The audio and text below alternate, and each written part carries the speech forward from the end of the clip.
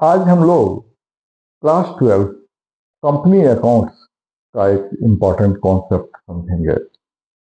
Issue of share या debenture for consideration other than cash बड़ा important topic है।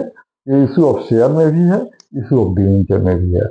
वो ऑलमोस्ट दोनों का ये दोनों में 90% ये सेम है, बट थोड़ा सा डिफरेंस होता है। हम लोग इसको समझ लेंगे।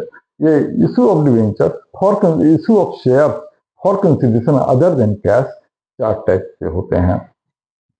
Asset purchase, business purchase, for incorporation expenses, for under writing commission. तो पहले issue of share for consideration other than cash समझ लेते हैं। अगर एसेट परचेज हुआ हो तो 2 जर्नल एंट्री करेंगे। सन्डी एसेट से कौन डेबिट टू वेंडर। वेंडर कौन?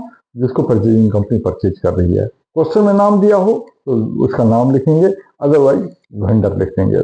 और जब उसे शेयर इशू करते हैं तो 2 ऑप्शन होते हैं। उसको पार पर शेयर इशू कर सकते हैं या प्रीमियम पर इशू कर सकते हैं। अगर पार पर इशू करते हैं तो वेंडर टू शेयर कैपिटल, और अगर प्रीमियम पर इशू करते हैं तो vendor to share capital to security premium. यहाँ एक बड़ा इंपॉर्टेंट पॉइंट है कि इन दोनों केस में जब शेयर इशू करेंगे या जब शेयर इशू करेंगे तो उसके नरेशन में नंबर ऑफ शेयर मेंशन कर देना चाहिए।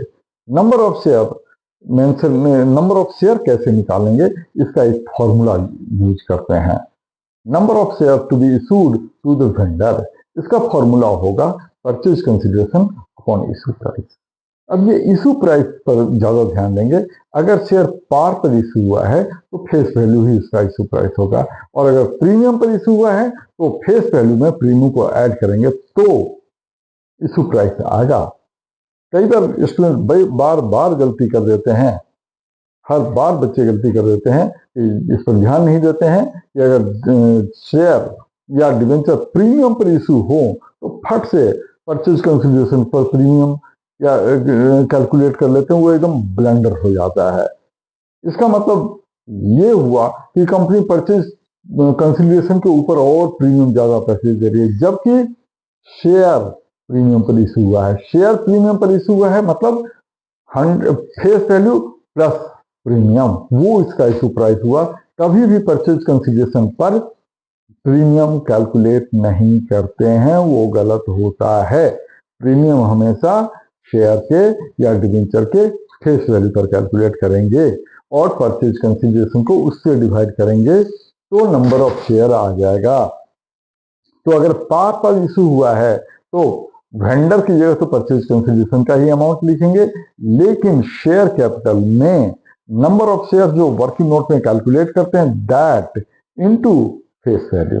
और अगर प्रीमियम पर इशू किया है तो परचेज कंसिडरेशन को इशू प्राइस मतलब पर फेस वैल्यू प्लस प्रीमियम से डिवाइड करते हैं, फिर जो नंबर ऑफ शेयर आता है उसको फेस वैल्यू से मल्टीप्लाई करेंगे तो वो शेयर कैपिटल में जाएगा। और अगर प्रीमियम पर इशू किया है तो number of shares issued that into premium, वो सिक्योरिटी प्रीमियम में जाएगा। अब सेकंड सिचुएशन होता है बिजनेस परचेज। अगर पूरा बिजनेस परचेज किया तो नेट एसेट परचेज कंसिडरेशन से माइनस करते हैं। जो अभी हम लोग नेट एसेट का मतलब क्या है, जो भी परचेजिंग कंपनी वेंडर का जो एसेट परचेज किया उसमें से उसकी लायबिलिटी के वैल्यू को माइनस कर लेते हैं, वो नेट एसेट होता है। और उस नेट एसेट को परचेज कंसिडरेशन से माइनस करते हैं तो वो गुडविल होता है। ये गुडविल को डेबिट करेंगे, और अगर नेट परचेज कंसिडरेशन लेस होता है तो वो कैपिटल रिजर्व होता है, उसको क्रेडिट कर देते हैं। यहाँ पर भी वेंडर को जब जो शेयर इशू करेंगे पिछले एसेट परचेज के जैसा ही करेंगे। तीसरा सिचुएशन होता है for under writing commission for incorporation expenses. ये छोटे छोटे बुक में 1-2 इलस्ट्रेशन दिए हुए, एग्जाम में ये बड़े इंपॉर्टेंट होते हैं। एमसीक्यू में ये देते हैं, 1 मार्क का क्वेश्चन इस पर देते हैं। तो यहाँ 2 एंट्रीज करते हैं। पहले इनकॉर्पोरेशन एक्सपेंस को ड्यू करते हैं, जिसकी एंट्री होती है incorporation cost account debit to underwriters account, और फिर जितने शेयर इशू करते हैं underwriters account debit to share capital account. यहाँ नरेशन में नंबर ऑफ शेयर मेंशन कर देते हैं कि इतने शेयर्स इस वैल्यू पर इशू किए। फिर लास्ट केस होता है issue of share to underwriter. Underwriter का मतलब पता होना चाहिए। अंडर राइटर वो होते हैं जो कंपनी को इस बात की गारंटी देते हैं कि अगर कंपनी शेयर इशू करती है तो मिनिमम सब्सक्रिप्शन एक ही याद रखेंगे कि जब शेयर इशू करते हैं तो उसका मिनिमम सब्सक्रिप्शन सेबी के गाइडलाइंस के अकॉर्डिंग 90% होता है और डिवेंचर के केस में 75% होता है। कंपनी को अगर डर रहता है कि अगर मिनिमम सब्सक्रिप्शन मीट न हो पाए तो कंपनी बंद हो जाएगी, उस केस में अंडर राइटर इस बात की गारंटी देते हैं कि वो मिनिमम सब्सक्रिप्शन से कंपनी को बचा लेंगे। इसके लिए उनको जो कमीशन देना होता है उसे अंडर राइटिंग कमीशन कहते हैं। तो अंडर राइटिंग कमीशन भी कंपनी उनको कैश में न दे करके शेयर या डिवेंचर इश्यू कर देती है। तो उस वहां पर दो एंट्रीज करेंगे अंडर राइटिंग कमीशन ड्यू करने की, underwriting commission account debit to underwriter, और जब शेयर इशू करेंगे अंडर राइटर से account debit to share capital account. यहाँ पर भी नंबर ऑफ शेयर मेंशन कर देंगे। अब यही for consideration other than cash जो है वो इशू ऑफ डिवेंचर चैप्टर में भी है, वहां थोड़ा सा डिफरेंस है। Issue of shares for consideration other than cash, क्या डिफरेंस है? दो डिफरेंसेज हैं।